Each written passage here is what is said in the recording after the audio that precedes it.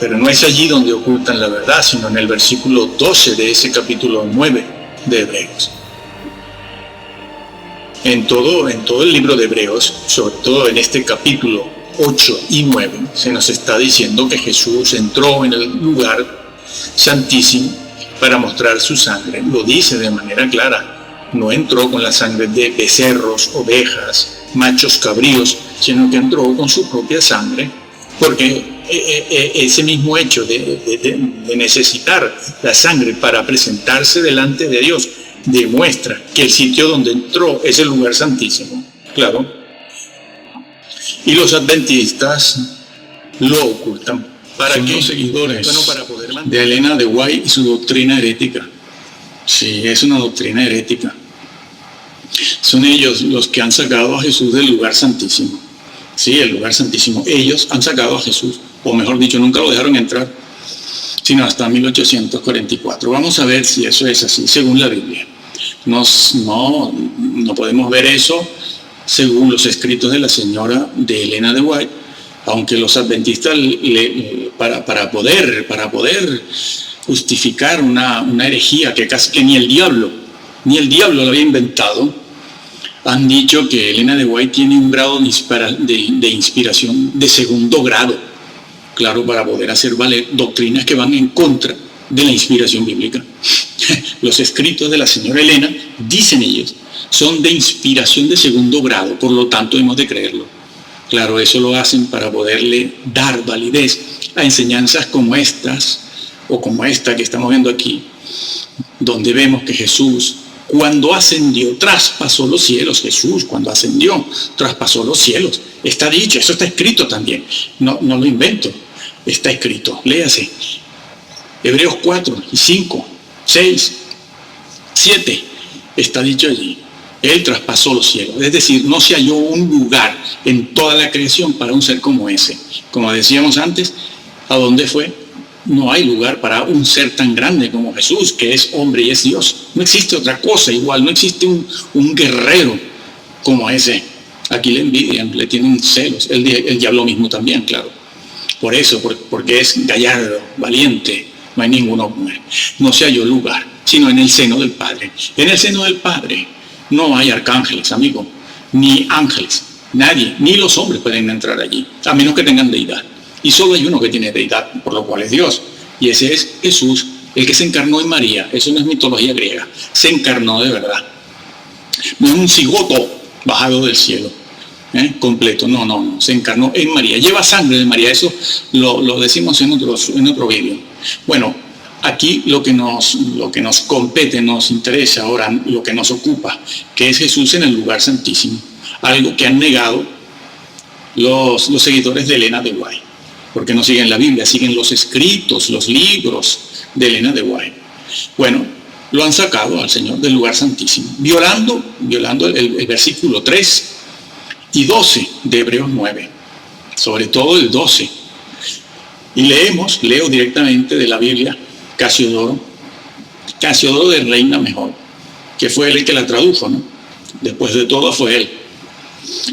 En el capítulo 8 dice, ahora bien, el punto principal de lo que venimos diciendo es que tenemos tal sumo sacerdote, tenemos, tiempo presente, tenemos, está hablando Pablo, después de la resurrección y ascensión del Señor, cuando traspasó los cielos, el cual se sentó a la diestra del trono de la majestad en los cielos. Se sentó a la diestra del Padre, está en la presencia del Padre, está allí, de la majestad en los cielos. Ese es el mismísimo trono de Dios, donde Dios se manifiesta. A ver que les explique una cosa. Dios está en todas partes, sí, es omnipresente, pero Él eligió dentro de su creación, dentro del tiempo y el espacio, un lugar donde manifestarse, a donde pudieran acudir todas sus criaturas a hablar con Él, como en el caso de Hazadán y Job, ¿no? Cuando lo pidió en el trono, claro, fue allí, fueron los hijos de Dios, fueron todos a hablar con el Padre, con el Señor. Bueno, Dios tiene un lugar en la creación, en el espacio y el tiempo, donde Él se manifiesta. y donde Él dice cosas, imparte órdenes, etc. Así que allí está Jesús, a la diestra del Padre, está a la diestra de la majestad, y lo dice como sumo sacerdote. Es que está escrito. Es que ese es el problema que tienen todas estas personas que no van siguiendo la Biblia ni la doctrina bíblica, sino los escritos de Russell, ¿no? Los arrianos de Russell, que son los testigos de Russell, más bien, o van siguiendo la doctrina de Elena de White, los escritos de Elena de White, al que han dado un grado de inspiración de segundo orden, de segundo grado. Claro que después le niegan a los católicos romanos la inspiración de los deuterocanónicos. Hay quien los llama apócrifos. Yo prefiero deuterocanónicos. A la Iglesia de Roma le niegan eso. Pero los escritos de Elena de White, no, esos tienen una inspiración de segundo grado. Son válidos. Hombre, no puede ser. No puede estar eso por encima de la Biblia. Porque ellos siguen eso, no siguen la Biblia. Pues bien, el versículo 2 de ese capítulo 8 dice, ministro del santuario, lo está diciendo.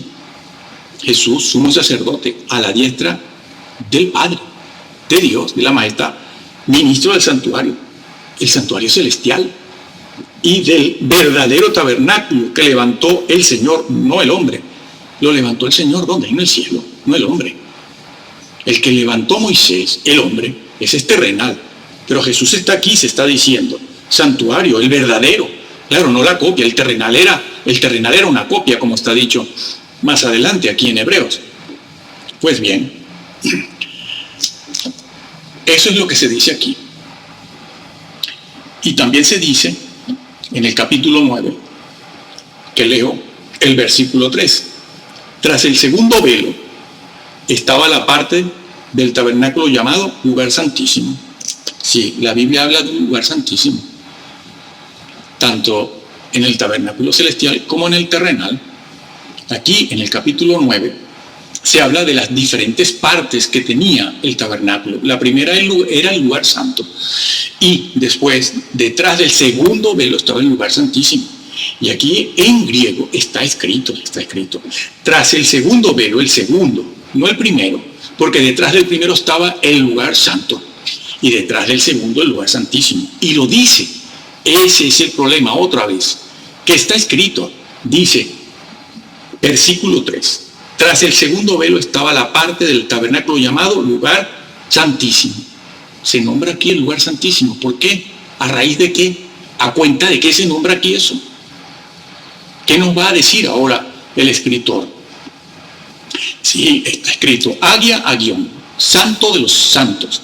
Esa sería una traducción literal, pero lo ponemos por lo que quiere decir, lugar santísimo. Bueno, aquí la Biblia, luego leemos en el capítulo 9, el versículo 11, que dice, pero estando ya presente Cristo, sumo sacerdote de los bienes venideros,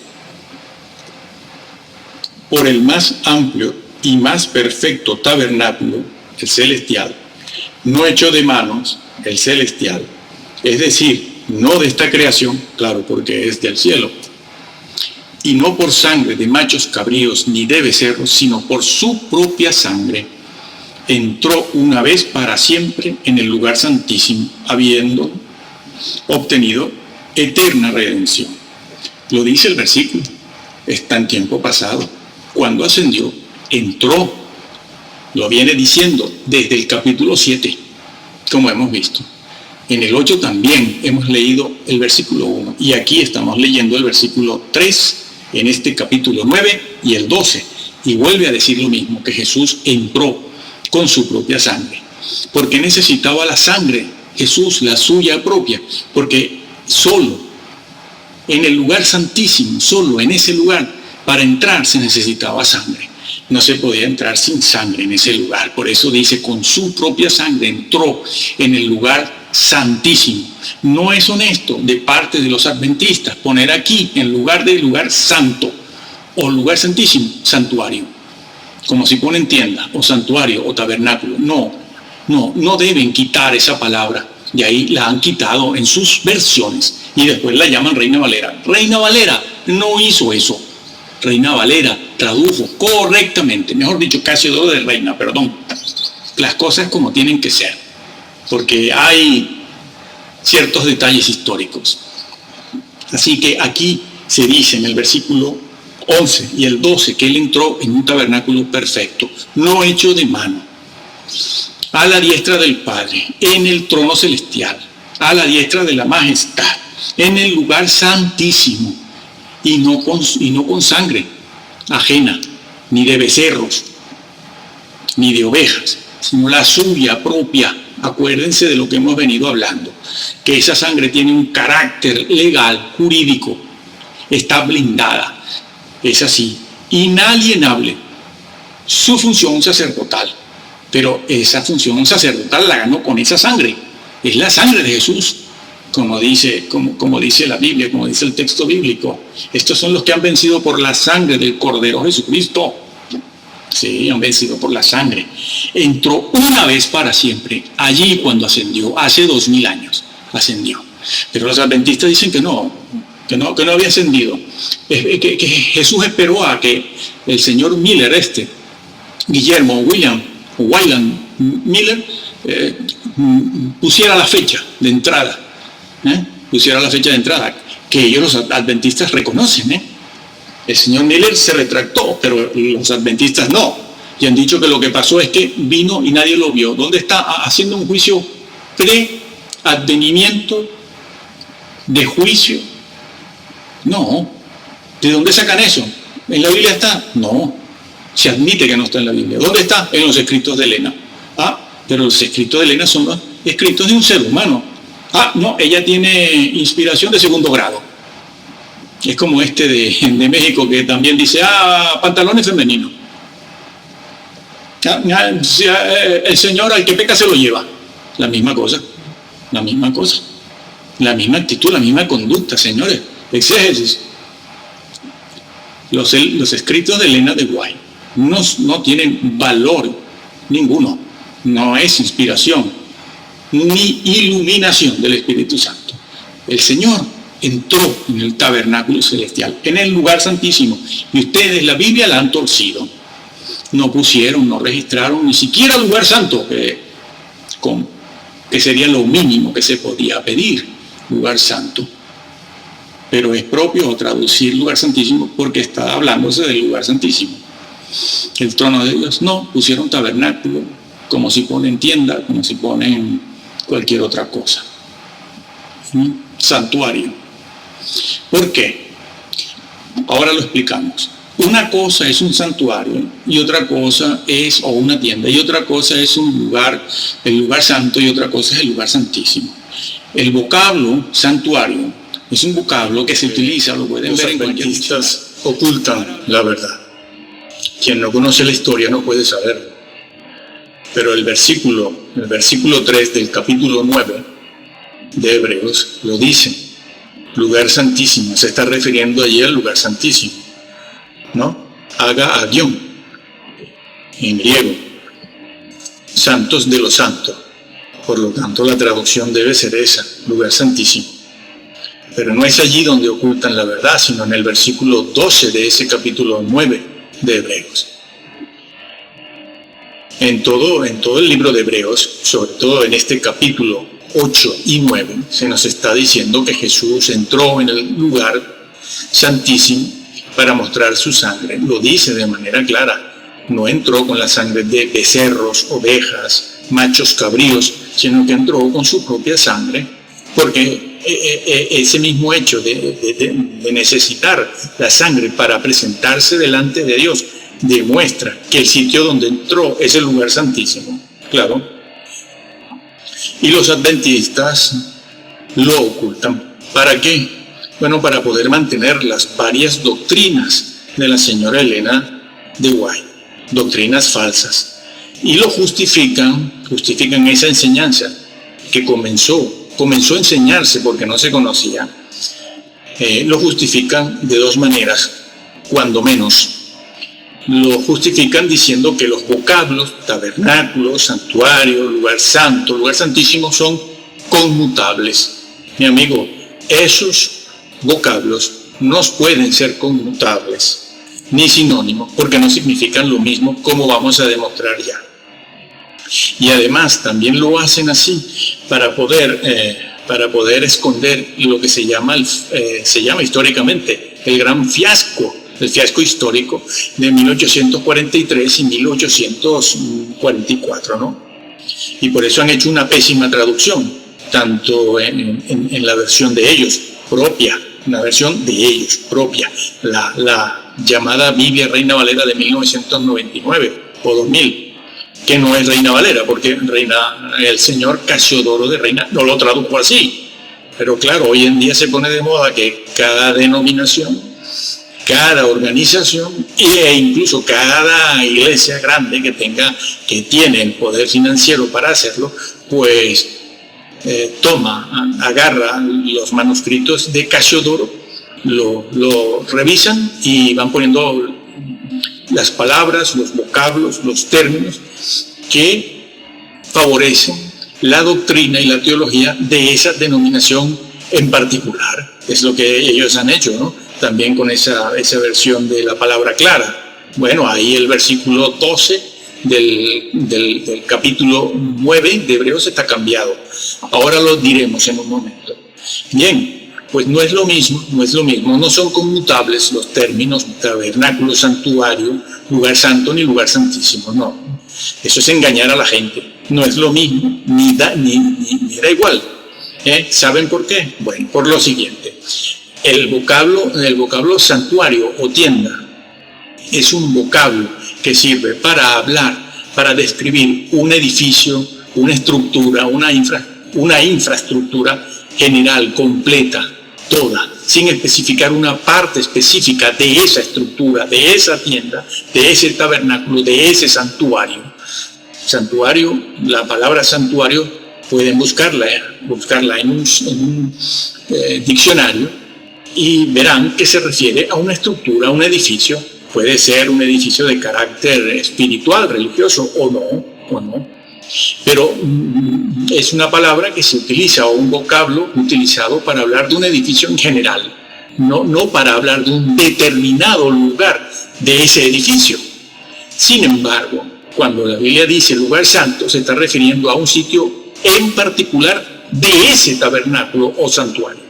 El lugar santo es un lugar específico, determinado, el que estaba después del primer velo. Al entrar, además, en la parte interna del tabernáculo, propiamente. Entonces no son intercambiables, no digan eso, están engañando y falsean los significados, la semántica, al mismo tiempo que han torcido el significado, la doctrina bíblica. Han cambiado, sí. Se tienen que acordar de lo que el Señor dijo, de lo que pasaría con los que cambian, quitan, agregan y ponen o sacan de la Biblia. Entonces, otra agión, que es lo que está dicho, a lo que se refiere el versículo 3 de Hebreos 9, es agión, santos de lo santo, el lugar santísimo. Se emplea esa expresión en griego y en castellano. El señor Casiodoro lo tradujo bien, para hablar de una parte muy específica, no del santuario en general, del edificio todo, sino que empleó esa terminología, esos vocablos, para hablar de un lugar específico. ¿Cuál? El que está detrás del segundo velo, donde solo puede entrar el sumo sacerdote una vez al año y rápidamente, brevemente, con sangre. Incluso, aunque fuera el sumo sacerdote al que le correspondiera ese año entrar en el lugar santísimo, si lo hacía sin sangre, moría, lo sacaban, lo arrastraban, porque nadie podía entrar allí, Si alguien moría allí dentro, tenían que sacarlo con una cuerda. Bueno, entonces, por eso Jesús se dice que con su propia sangre entró, cuando ascendió, como hemos venido explicando. Y desde entonces, cuando ascendió, el Señor se convirtió en un intercesor. No hemos tenido que esperar a 1844, al gran fiasco del señor Miller, seguido por por todo lo que hizo la señora Elena de White, para que el Señor empiece a interceder por nosotros en el lugar santísimo, que dicho sea de paso, porque tampoco enseñan eso los adventistas, sino que hablan de un juicio de preadvenimiento, etc. Bueno, entonces, esa doctrina, bueno, también, sí, cierto, gracias, es verdad también. Otra cosa con la que se han inventado para poder justificar esa doctrina, que no es bíblica, y como no es bíblica, pues claro, hay que justificarla de alguna manera, es también diciendo, en segundo lugar, que la señora Elena de White, pues, goza de un grado de inspiración e iluminación de segundo grado. Sí, un grado de iluminación, de inspiración de segundo grado, ¿no? Y después ellos mismos, a los católicos romanos, les niegan el segundo grado de inspiración de los deuterocanónicos, que deutero quiere decir eso. Bueno, ¿no? Pero los católicos no tienen derecho a defender su segundo grado en la inspiración de los libros deuterocanónicos del Antiguo Testamento. Pero la señora Elena de White sí. Cuando todas esas cosas no son más que producto de la imaginación de ella, de sus visiones. Sí. Eso del juicio preadvenimiento se lo inventaron, ¿no? Experiencias extrabíblicas que ellos aceptan de sí mismos. Pero a los pentecostales tampoco se lo aceptan, cualquier revelación.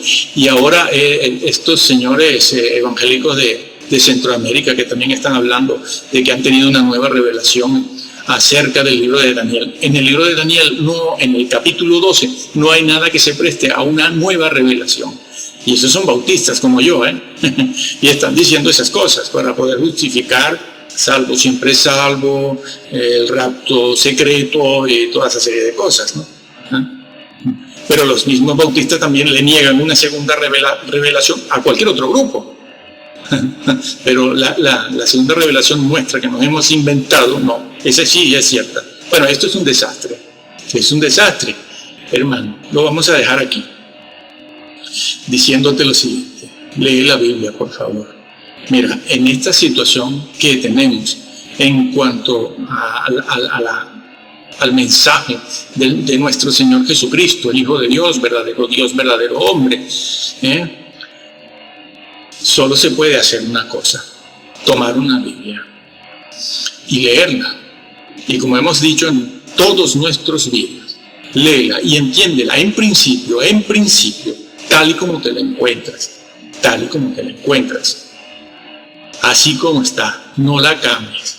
Si alguna vaca sagrada te dice que, bueno, es que esa palabra no significa lo que quiere decir, no le hagas caso porque él no lo sabe. Ahora se ha puesto de moda. Cuando llegan a algunos versículos un poco conflictivos, no, la Biblia no es conflictiva, como dicen.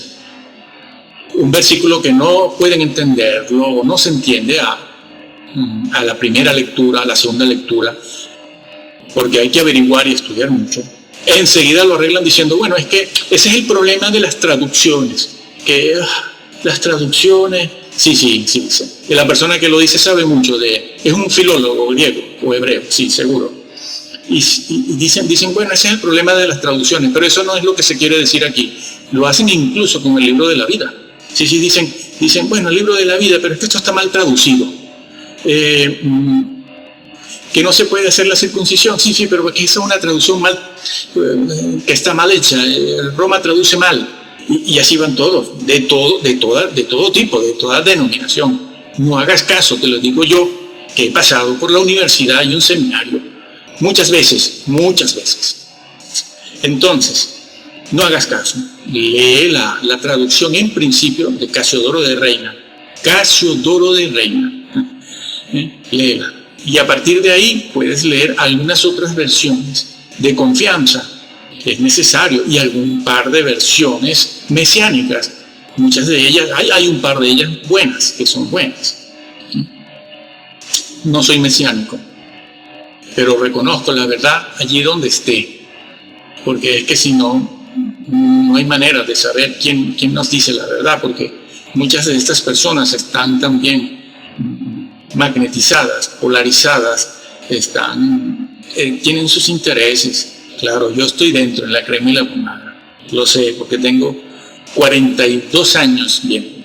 Yo soy abuelo.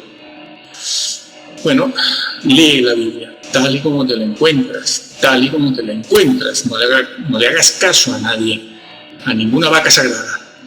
Léela y créela como está y pídele al Señor y al Espíritu Santo que te revele la verdad. Y estudia,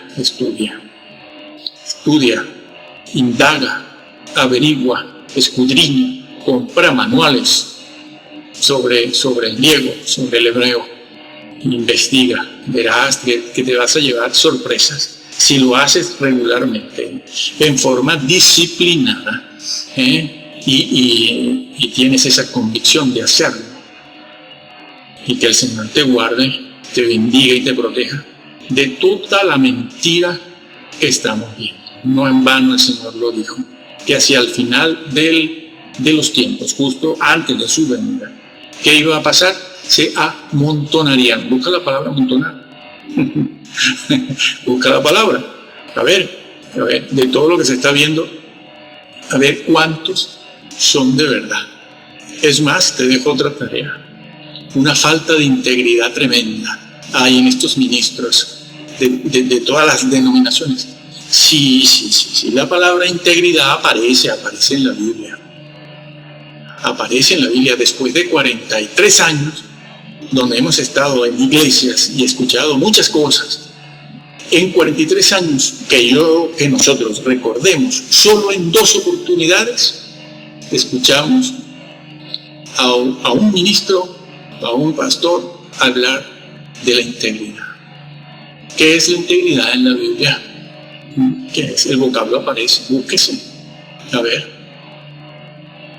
que el Señor te guarde, que el Señor te bendiga. Bueno, Jesús está allí intercediendo por eso. Y el versículo 25 dice que puede salvar perpetuamente. Bueno, vamos a ver. La palabra que aparece aquí, salvar, aparece en infinitivo. Simplemente habla de la acción salvar. No dice más nada. Sí, en el griego. Exégesis. Una exégesis simple, sencilla. Salvar, infinitivo. El infinitivo no lleva número, no lleva género, no lleva persona.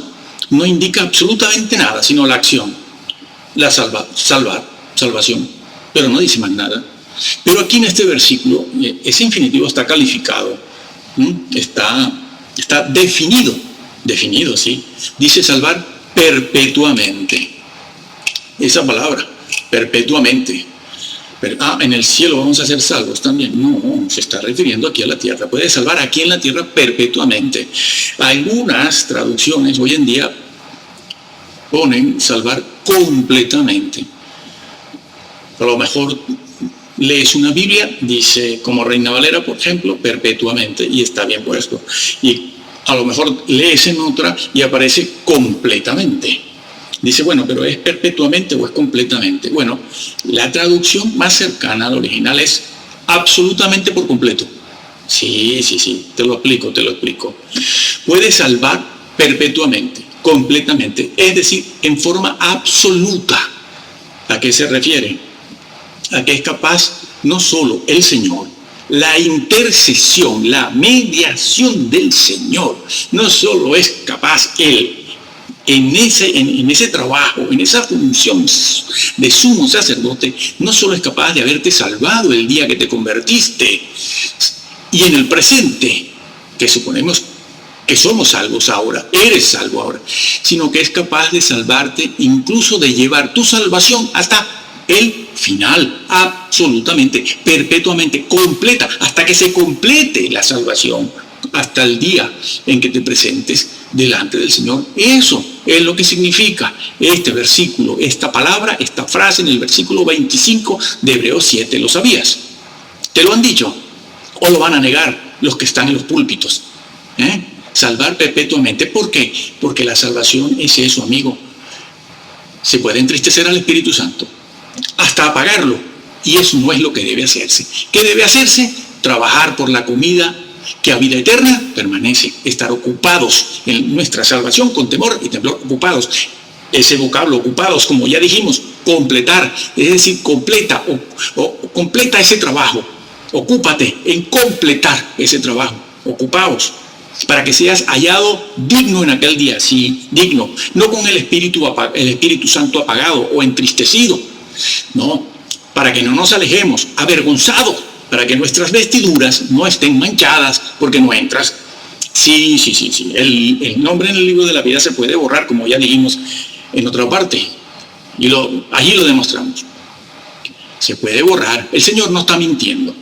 Ni existen dos libros diferentes, el libro del Cordero del libro de la vida. Se dice en Apocalipsis 20, el versículo final donde está el trono, allí está el libro de la vida, y se nombra dos veces, y se dice que el que no fue encontrado su nombre escrito allí, va al lago de fuego.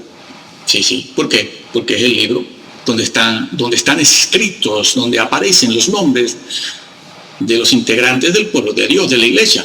Es que se le mencionó ese libro a los 12 apóstoles. No pueden decir que los apóstoles no pertenecen a la iglesia, incluido el de Judas. Y también se le nombra a la iglesia de Sardis. No pueden decir que no es una iglesia cristiana, como hacen algunos, por cierto. Esa no es una iglesia cristiana. ¿Y cómo que no? ¿Desde cuándo? Bueno, pero ahora no nos detenemos en ese particular. Bueno, sí. Eso es lo que se dice ahí, completamente.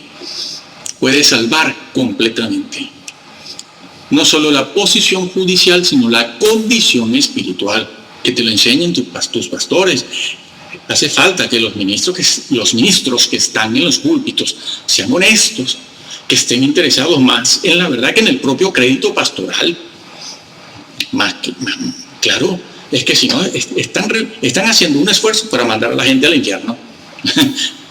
Nosotros estamos predicando por aquí la verdad, y al lado están los ruselistas arrianos mandando a la gente al infierno. ¿Por qué? Porque niegan, entre otras cosas, ¿no?, que Jesús sea Dios. Le quitan la deidad, no que sea Dios. Esa frase está mal dicha. No, Jesús no es que sea Dios, porque eso se confunde con que es Dios el Padre. No, Jesús tiene deidad.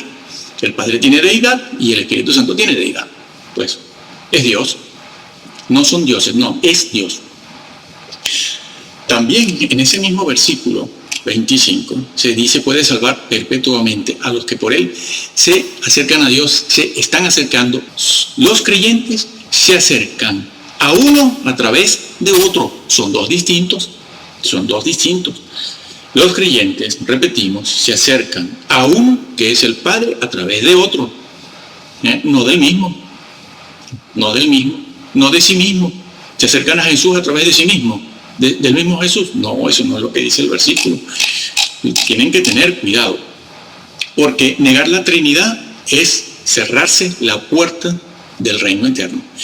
Como este predicador de grandes masas en México, que en una de sus predicaciones, está grabado, por supuesto, está en vídeo, decía que no hacía falta creer en la Trinidad, que lo único que tienes que creer es que Jesús derramó la sangre. Pero lo que tú creyeras de la Trinidad, eso no tiene importancia ninguna, ¿no? Bueno, ya tenemos un vídeo sobre ese disparate. Si niegas la Trinidad, estás negando al mismo Jesús. Ese es el problema. Estás negando su labor redentora. Estás negando su resurrección. Estás negando su papel, su función sacerdotal de sumo sacerdote delante del Padre. Entonces, el versículo 25 del capítulo 7 lo dice claramente. Se acercan a Él, ¿a quién? Al Padre. ¿A través de quién? De Jesús. O se acercan por Él, por Jesús, a través de Jesús, al Padre. Viviendo Jesús siempre para interceder por ellos, claro. Jesús vive, sí. ¿Qué hace Jesús en el cielo ahora, en este momento, en su reino, en el trono, a la diestra del Padre? Interceder, ese es su trabajo. Su trabajo comenzó cuando ascendió, no terminó, comenzó una labor intercesora. ¿Por los incrédulos? No, como hemos dicho ya.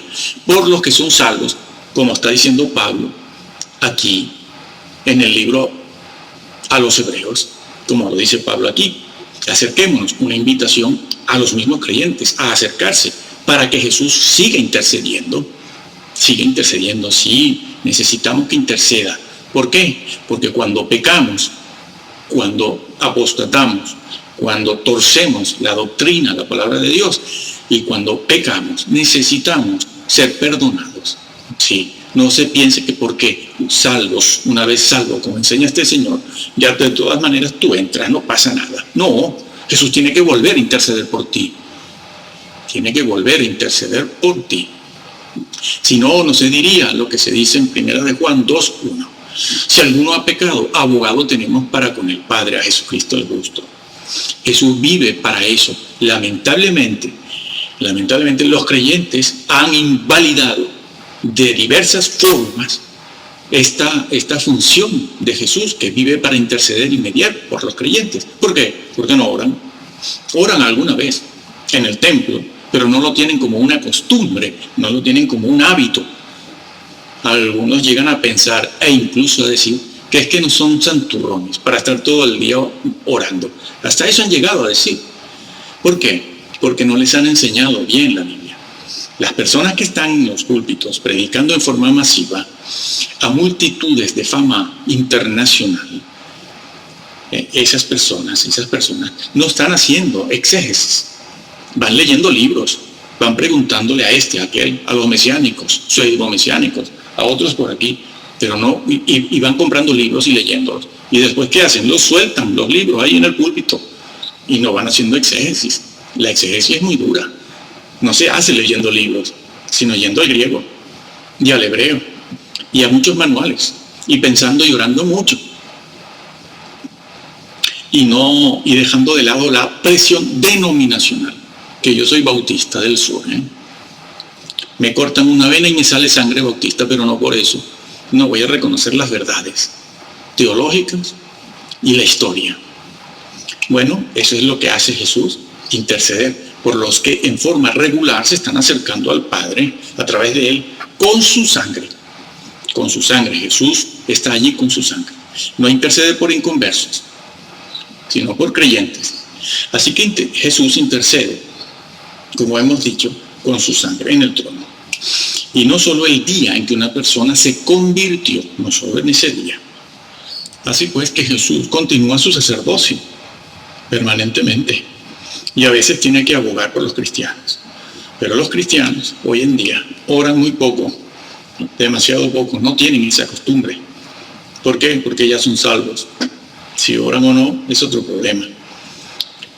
Pero recuérdese que el cristiano que no tenga las vestiduras blancas no entra.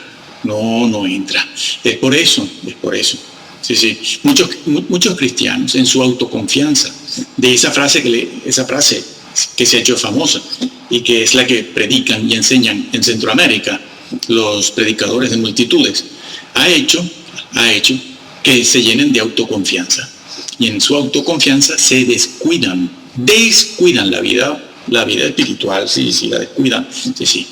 Pero el Señor también dijo: trabajad por la comida que a vida eterna permanece. Tengo que trabajar por la salvación. Sí. También está dicho por Pablo, cuando dijo: ocupaos en vuestra salvación. Ese vocablo, ocupaos, o ese versículo, mejor dicho, al cual le hemos hecho una exégesis. En otro video. Ese vocablo significa completar. Ocupaos es completar, llevar a feliz término la salvación. Lo dice el versículo: ocupaos en vuestra, no la de otros, la vuestra, la que habéis obtenido. Sí. Trabajad por la comida que a vida eterna permanece. Trabajad, ocupaos en vuestra salvación. ¿Cómo escaparemos si descuidamos una salvación tan grande? Sí, que dicen que descuidar, ¿cómo escaparemos? Enseñan y dicen que ¿cómo escaparemos de la disciplina? No, hombre, no. No hay. Mateo 24 dice: mas es decir, Jesús, por cuanto permanece para siempre, es decir, Él no vuelve a morir, tiene un sacerdocio que inmutable, es decir, no cambia. ¿Cómo que no cambia? ¿Qué quiere decir eso? El sacerdocio de Jesús no cambia. Bueno, muy bien, perfecto, no cambia. Yo tampoco cambio. No, vamos a ver. No. ¿Qué significa eso? ¿Qué quiere decirse con eso? ¿Por qué se nos dice eso a nosotros cuando vamos a acercarnos o para acercarnos al trono de la gracia, al trono celestial? Pues por algo muy importante. Dice, no cambia, es decir, ese vocablo inmutable, que en otras partes se traduce también de otra manera, de otra forma, significa inalterable, no cambia porque es inalienable. Ese es el término que se tiene que usar aquí. Es un término jurídico también, amigo. Jurídico, sí señor, inalienable, que está blindado. ¿Qué es lo que está blindado? El sacerdocio, lo está diciendo. Está escrito, no hay para dónde ir, no puedes tomar ni coger para otra parte. Es un sacerdocio inalienable, blindado.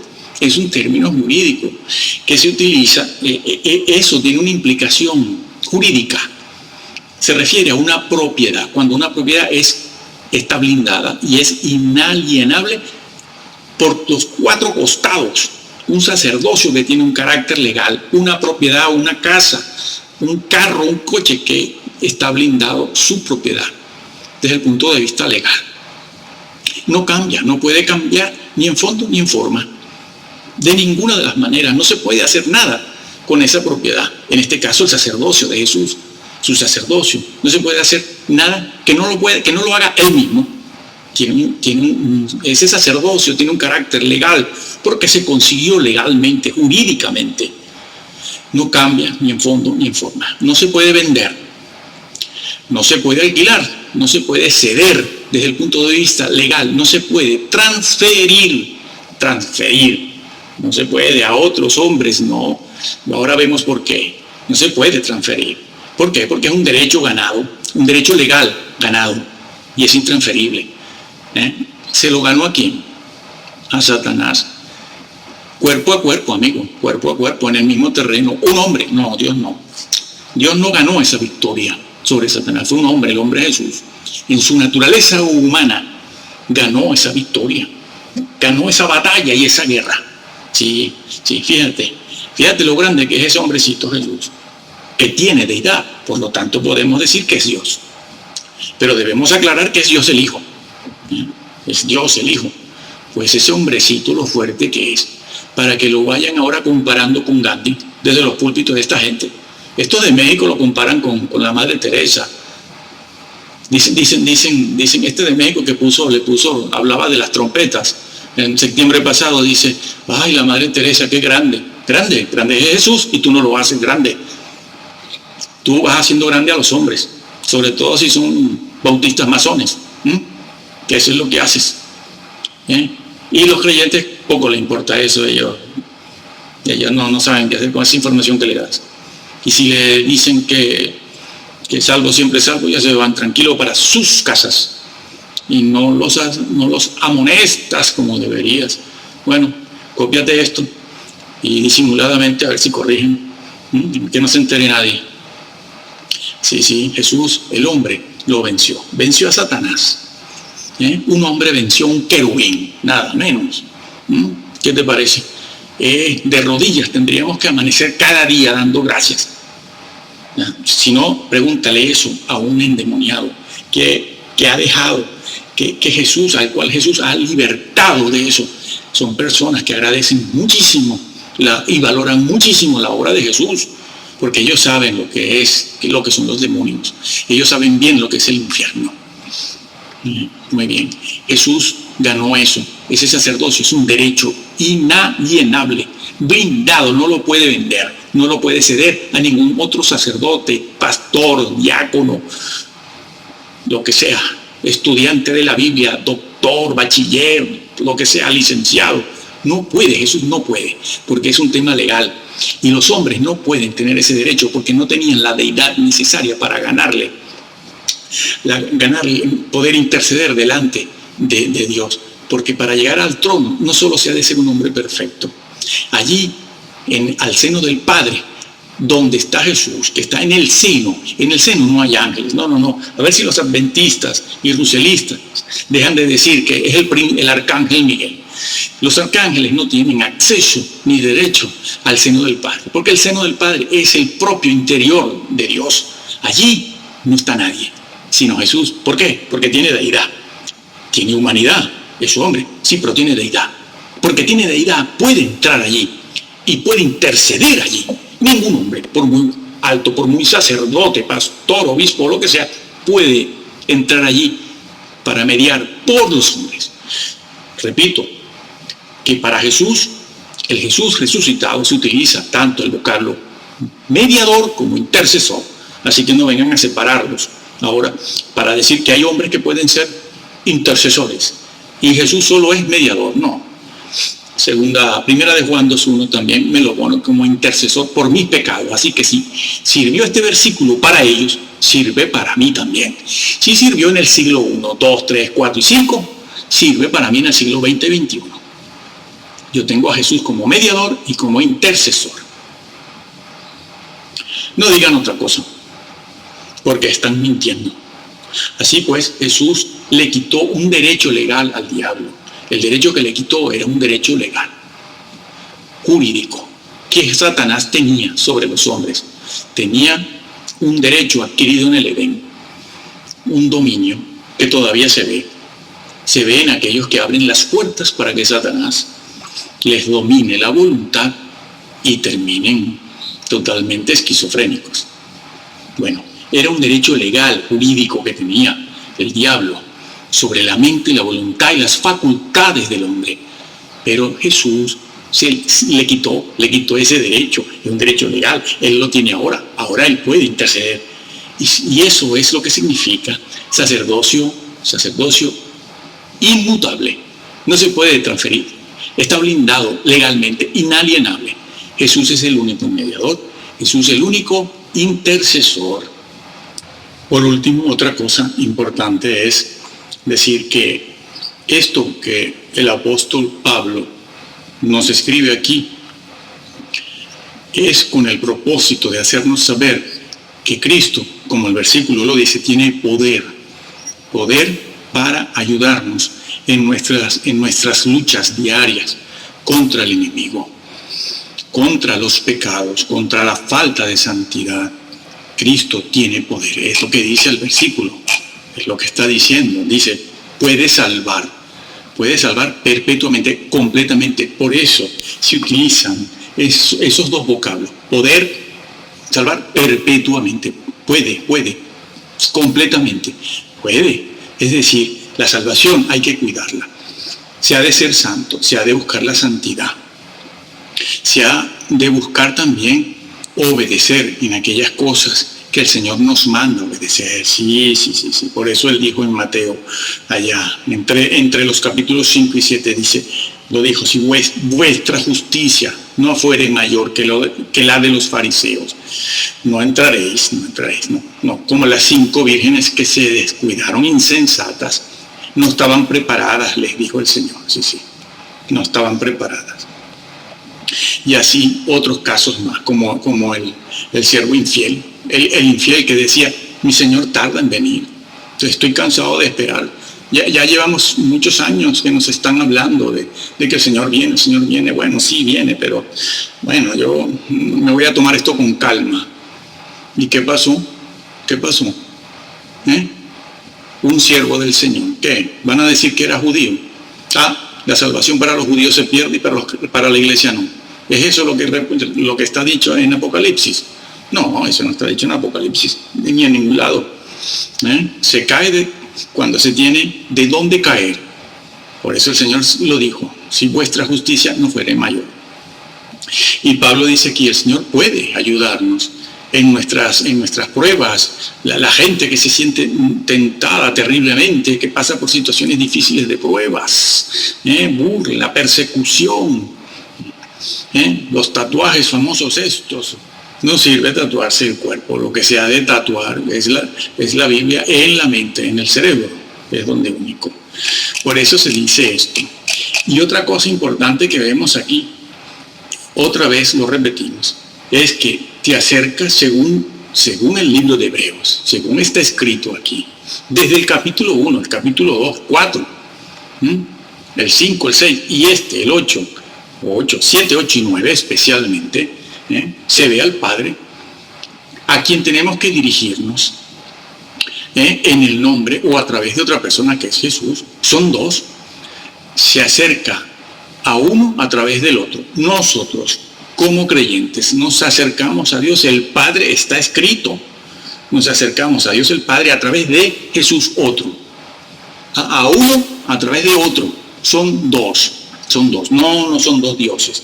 Son dos personas que tienen la misma esencia y están juntos por eso. Dios, yo y el Padre uno somos. A eso habría que agregarle el Espíritu Santo. La Trinidad es tan bíblica como el siglo I. Está registrada en la Didache o la Didache. Y a partir de ahí se registró en muchos sitios más. No es algo que inventó Roma. Roma no existía en el siglo I, ni en el siglo II, ni en el 3 ni en el 4. Hay que esperar al 5 o al 6 para verla tal y como está hoy, más o menos. Así que cuidado con los mesiánicos y con los muchos grupos evangélicos también que ahora niegan la Trinidad también. Fíjense que creo que, si mal no recuerdo, en Juan 8, el mismo Señor lo dice: dos son los que dan testimonio de lo que yo hago, el Padre y el Hijo. Lo dice. No hay que ir a 1 de Juan 5, 7. Está dicho, dos son los que dan testimonio en el universo, en la creación, en la tierra y en el cielo, el Padre y el Hijo. Está escrito allí. ¿Sí? Bueno, ahora vamos a seguir viendo otras cosas. En el trono de Dios, ese mismo.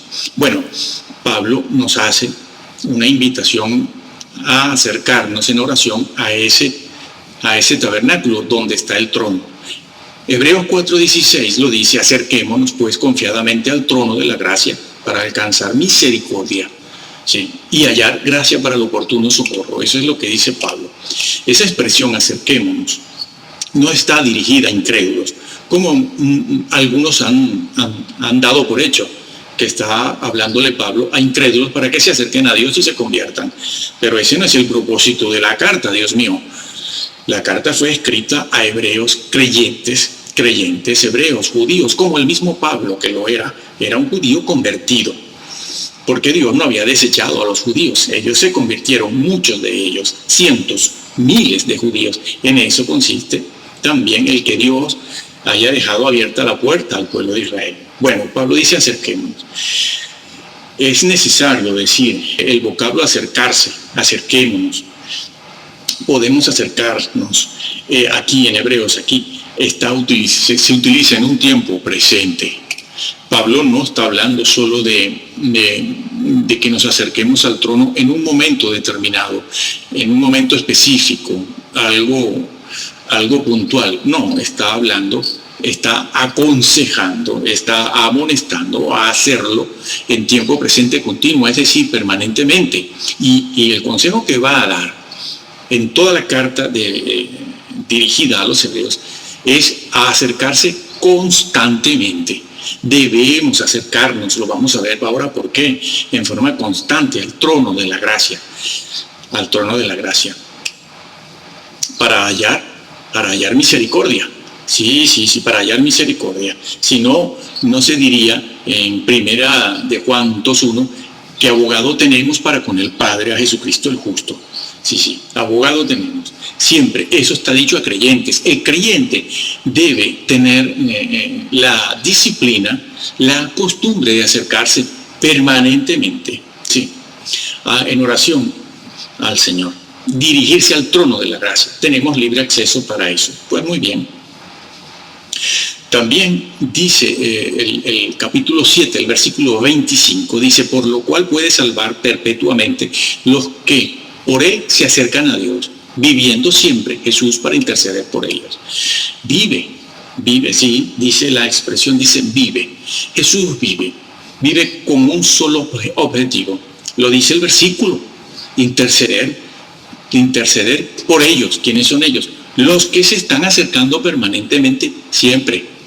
Los que se están acercando permanentemente siempre. Se refiere a una acción continua de acercarse. Jesús vive por ellos y para ellos. Ese es su trabajo. Ese es el trabajo del Señor. Acercarse para interceder por ellos. La intercesión del Señor, la mediación, por cierto, que tanto el vocablo interceder como mediar en el libro de Hebreos son intercambiables y están registrados en el capítulo 7 y el capítulo 8. Se dice que Jesús también es mediador e intercede. Los dos vocablos se utilizan para la misma labor o la misma función de Jesús, la misma, que es la de interceder, porque Jesús todavía tiene que interceder por los que se han salvado. Cuando el apóstol Pablo recomienda acercarse al trono de la gracia para hallar gracia, para todas las cosas, sobre todo para la victoria en la vida espiritual, no se refiere a una intercesión pasada, sino presente y futura. Jesús vive para interceder en el presente, también por los que se han convertido, en el pasado. Vive permanentemente para eso, no para interceder por los incrédulos, no. Por los incrédulos lo que necesitan es salvarse, aceptar a Cristo por primera vez como Salvador y empezar la carrera cristiana. Eso es lo que necesitan los incrédulos. Y esto no está dicho para incrédulos, sino aquí en el libro de Hebreos, sino para creyentes. Entonces el Señor intercede por creyentes convertidos y solo por estos, nada más, unos en particulares, esos que tienen la costumbre, el hábito regular de ir al Padre en el nombre de Jesús. Sí. Así está dicho aquí, los que se acercan a Dios el Padre a través de Jesús, lo dice. Dice el versículo 25 del capítulo 7, que ya hemos leído y lo repetimos, por lo cual puede también salvar, lo dice, perpetuamente a los que por Él, es decir, por Jesús, se acercan ¿a quién? ¿Al mismo Jesús? No, hombre, no. A Dios, dice, que Dios el Padre, Dios el Hijo intercede. Aquí está la Trinidad. Esta es la Trinidad, la que olvidan, la que están negando incluso los mismos evangélicos. Sí, ¿cómo escaparemos? Lo dice, como los ángeles, que no escaparon porque pecaron. Sí. Y también es lo mismo que cuando se dice que tenemos que tener las vestiduras blancas y cuidarnos en nuestra vida personal, para poder ser hallados dignos de estar de pie delante de Él. O como lo dice también de otra manera, que no nos alejemos de Él en aquel día avergonzados. ¿Se dan cuenta? Es que por todos lados también, lo vamos viendo. O como cuando dijo, el que tenga las vestiduras blancas manchadas no entra. Ya podrá ser salvo, siempre salvo, mucho, sí, justificados mucho por la fe. Pero lo que no les dicen es que la justificación por la fe es una posición judicial, no una condición espiritual. Es una posición judicial, jurídicamente. Por eso se califica a Cristo de justicia, nuestra justicia, la justicia de Dios, justificado por la fe. Él es el justo sobre los pecadores. Siempre se utiliza ese vocablo de justo, justicia. Justo, es que es muy bueno. No es que es bueno, es que es santo, perfecto. Es un tema legal, como vamos a ver aquí, como estamos viendo aquí. Es un tema de naturaleza jurídica que tiene que ver con normas y leyes legales, jurídicas, eternas, además, eternas. Pero otra cosa es la condición espiritual, que produce, o que es producida, esa condición espiritual, no posición, condición, es producida por la santidad, que es una cosa, y la obediencia, que es otra.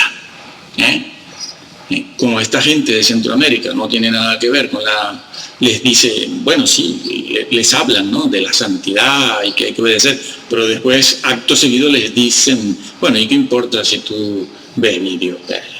¿De quién? De Harry Potter, que se burla del Señor, blasfema. Los Simpson blasfeman del Señor, lo ponen unas blasfemias que a veces ni el diablo las hace. No pasa nada, tú eres salvo, ¿no? Y tú, chiquita, los pantalones por la mitad del pasillo, así, no pasa nada, ¿no? De todas maneras se te agradece si vienes con falda. ¿Y tú qué? ¿Tatuaje? No pasa nada. ¿Argollas en la oreja? Y todo eso, no pasa nada. Aquí todos somos buenos. No, Santidad y obediencia son dos cosas. Y con ello llenan los locales para una sola cosa, para mandarlos al infierno. ¿Sí? Están trabajando como los testigos de Jehová, los ruselistas arrianos y los adventistas de Elena de White, trabajando para mandar a la gente al infierno. ¿Por qué? Porque solo les hablan de la sangre de Jesús y allí los dejan. Les dicen justificados por la fe. Sí, y la condición espiritual, ¿al final qué? Es por eso que la Biblia, cuando habla de la salvación, dice, no sea que dejes de alcanzar.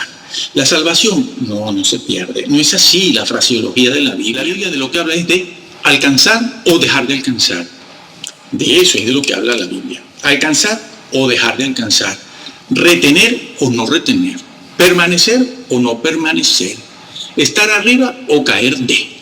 Eso sí, eso ya presenta la salvación de otra manera, de otra forma.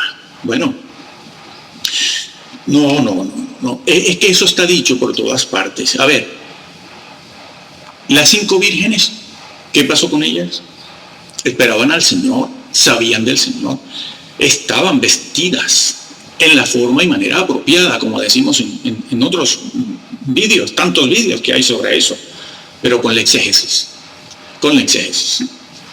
No visto desde la Biblia. Una exégesis no visto con el cristal o con las gafas o lentes calvinistas o arminianas, no, o agustinianas o platónicas, no, visto con las gafas de la misma Biblia. Vamos al griego, vamos al hebreo y vamos a la historia. Tanto los padres de la iglesia como los reformadores. Yo también pertenezco a la reforma, pero no me trago todo. ¿Por qué? Porque conozco la historia. Quien no la conoce no puede hacer teología. Y no lo sentimos. No puede, no sabe, porque va creyendo lo que le van diciendo ahora, no lo que dice la Biblia. Bueno, entonces, así que las 10 vírgenes. ¿Y qué pasó con 5 de ellas? Estaban vestidas en forma apropiada para la ocasión, que era esperar a Jesús. Se sabía que venía, lo sabían, y estaban las 10 juntas allí, con sus lámparas, con su aceite, con sus trajes apropiados para la ocasión. Todo el mundo lo sabía, pero hay una diferencia notable. No tomaron aceite extra. Y entonces dicen estos predicadores que no eran salvas. No, Jesús no dice, no se han salvado. No han recibido el Espíritu Santo. No han pasado al frente. No es eso lo que se dice. ¿Por qué violan, alteran lo que está escrito? El Señor dijo, no estaban preparadas. Y ese vocablo, preparados o preparadas, se utiliza siempre para eso en otras partes de la Biblia. Está en otros lugares. Bien, una persona puede ser salva, ¿sí? Justificada por la fe, sí, pero también puede entristecer al Espíritu Santo. ¿O es que eso no lo dice la Biblia? Entristecerlo. ¿Y cómo se entristece el Espíritu Santo? ¿Cómo se le entristece a una persona? Ofendiéndolo. Solo hay una manera y una forma de ofender al Espíritu Santo, ofendiéndolo. ¿Y cómo se le ofende? ¿Dejando de creer? No, porque nosotros ya creemos, ¿no? No será esa la manera, yo creo. Y las iglesias están llenas, como nunca en la historia, Y que nadie piense que la suya sola es la que está llena, porque están llenas todas las iglesias están llenas, todas, de cualquier corte, de cualquier fe, de cualquier credo, todas están llenas.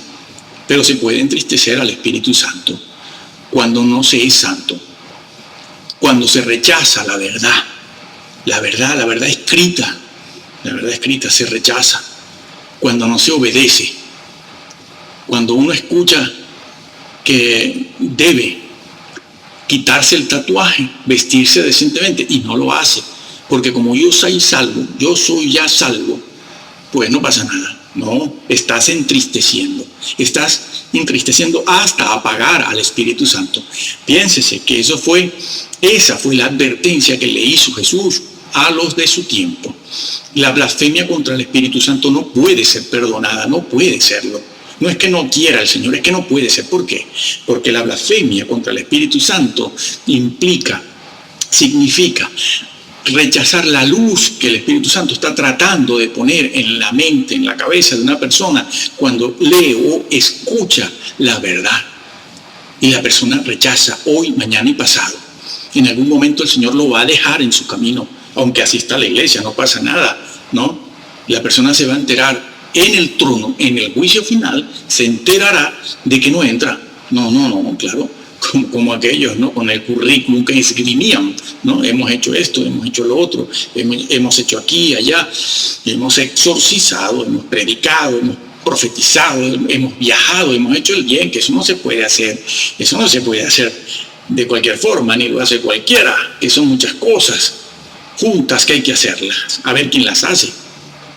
Bueno, pues blasfemaban contra el Espíritu Santo. ¿Por qué? Porque no se dejaban convencer. Nadie se convence de lo que no quiere ser convencido. Y esa es la blasfemia, no aceptar la verdad, la doctrina para ser santo y para obedecer. Sí, Jesús lo dijo, por tus palabras serás justificado y por tus palabras serás condenado. El vocablo allí, como ya explicamos en otro lugar, no se refiere a una grosería, una palabra obscena, se refiere a la doctrina. Es decir, por tu doctrina también vas a ser justificado y por tu doctrina vas a ser condenado. Así pues, al Espíritu Santo se le puede entristecer, hasta el punto de apagarlo. Sí, apagarlo. Se puede apagar el Espíritu Santo, está escrito, y si lo apagas, así no entras. ¿Entienden ahora por qué no se entra? ¿Entienden ahora los procesos? Es que nadie habla de entristecer y apagar. Y a las vírgenes se les apagó la lámpara. No estaban preparadas. El Señor lo dijo. Ustedes no estaban preparadas. Y usa lo que sí posiblemente es un hebraísmo, ¿no? O un modismo de ellos. No quiero saber nada de ustedes. Sí, el Señor lo dijo. Apartaos de mí. No quiero saber nada de ustedes. Sí. Qué severo. Solo porque no estaba preparada, pero yo soy creyente. El Señor lo dijo muchas veces. Lo advirtió al que venciere. Perseverar. Sí, perseverar al que venciere. En medio de las dificultades, vencer. Porque la salvación en la Biblia se presenta en 3 tiempos. Fui salvo. Tengo que ser salvo. O soy salvo ahora y seré salvo. Seré salvo en la medida en que obedezca al Señor, en la medida en que sea santo. El Señor lo dijo, el santo se llama santo. Mi Padre es santo. Sed santos porque Dios es santo. Los santurrones son los únicos que van a entrar. Son los únicos. Bueno,